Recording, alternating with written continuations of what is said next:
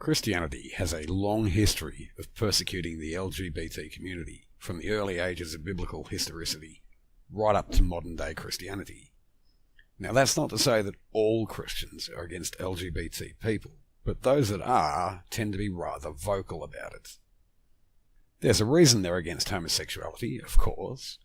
The Bible states that homosexuality is an abomination, something detestable to God.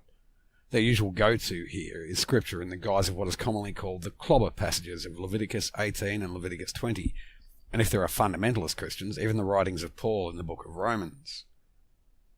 However, it is my belief that the early scriptures aren't actually talking about a same-sex loving relationship, and I think I can support that through scripture quite nicely. So let's take a look at what Leviticus says in the Bible and what we can garner from it.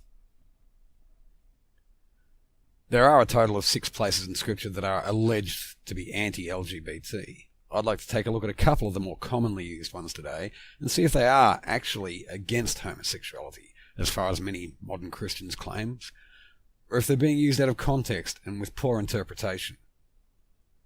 You shall not lie with a male as with a woman. It is an abomination. This is probably the most used verse from Leviticus 18 that the anti-LGBT people will lean to. To them, it's quite simple. Homosexuality is the act of lying with a person of the same sex, and Scripture states it is an abomination. But is it really? There are 4 main words used in the Hebrew that have been interpreted to mean abomination, especially in the King James Version. The word abomination used here is taken from the Greek Septuagint's toebar, and is only used twice in Leviticus. Both times, Leviticus 18 and 20, it's used in reference to a sexual act. However, any other time it's come up in Scripture, it's used in reference to idolatry. The book of Deuteronomy uses the word 17 times, and each time it's used, it's talking about idol worship, never about sexual relationships, let alone about homosexuality. Dr. Robert Gagnon from the Pittsburgh Theological Society, a man that has been labelled as being anti-LGBT by the LGBT community, agrees, and I quote, "I do not doubt that the circles out of which Leviticus 18:22 was produced had in view homosexual cult prostitution, at least partly. Homosexual cult prostitution appears to have been the primary form in which homosexual intercourse was practiced in Israel." End quote. Homosexual prostitution within the temples was rife back then, and even in the days of Paul and biblical authors. How do we know this? Because we can see the words Paul used, and we know that he's bastardized some words from the Greek Septuagint. It goes pretty much without saying that Paul would have been reading the Septuagint, and that he would have read the clobber passages as follows. Leviticus 18:22, meta arsenos koimethese koiten gunaikos. And that's repeated in Leviticus 20:13.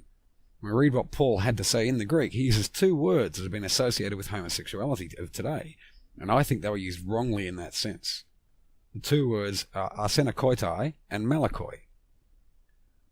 The first word, arsenokoitai, is a combination word taken directly from the Levitican passages, pushing arsenos and koites together.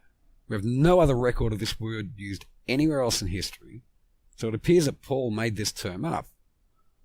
The Greek term arsenos simply means male, and koites means to lie with. However, since we know Paul took these words from the Septuagint, and the temple prostitution was still a thing in his time, it's obvious Paul was talking about the same thing Leviticus was: temple prostitution and the ideologies of using sex to worship other gods. The other word Paul used, malakoi, is usually used elsewhere in Scripture to denote soft cloth or fine clothing. Even Jesus used the word in Matthew 11:8 to talk about those who preferred refinery and position, and I quote, "But what went ye out for to see? A man clothed in soft raiment, malakos. Behold, they that wear soft clothing, malakos, are in kings' houses." End quote. Finally, we have Paul's diatribe against homosexuality, or what people perceive to be about homosexuality being perversion, in Romans 1. Quote, "For this reason God gave them over to degrading passions, for the women exchanged the natural function for which is unnatural, in the same way the men abandoned the natural function of the woman, and burned in their desire one toward the other, men with men committing indecent acts, and receiving in their own persons the due penalty of their error." End quote. Paul seems to be speaking to those who violate their natural sexual orientation. However, homosexuality is regarded as a natural part of human sexuality, inasmuch as a gay man is naturally attracted to the same sex. Since a homosexual's natural desire is for the same sex, this verse cannot apply. They have not chosen to set aside heterosexuality for homosexuality. The orientation they were born with is homosexual. Demanding that they set aside homosexuality for heterosexuality is demanding that they put aside their natural urges and start having unnatural urges, that of having relationships with the opposite sex. Using biblical exegesis against LGBT people without understanding the origins and words used is what I would call an abomination, and has caused centuries of undue harm, torture, and even death, right up to modern day. It's time Christians took a good hard look at their scripture and perhaps even attempted to read it for what it actually says rather than they want it to say. Am I wrong? Perhaps.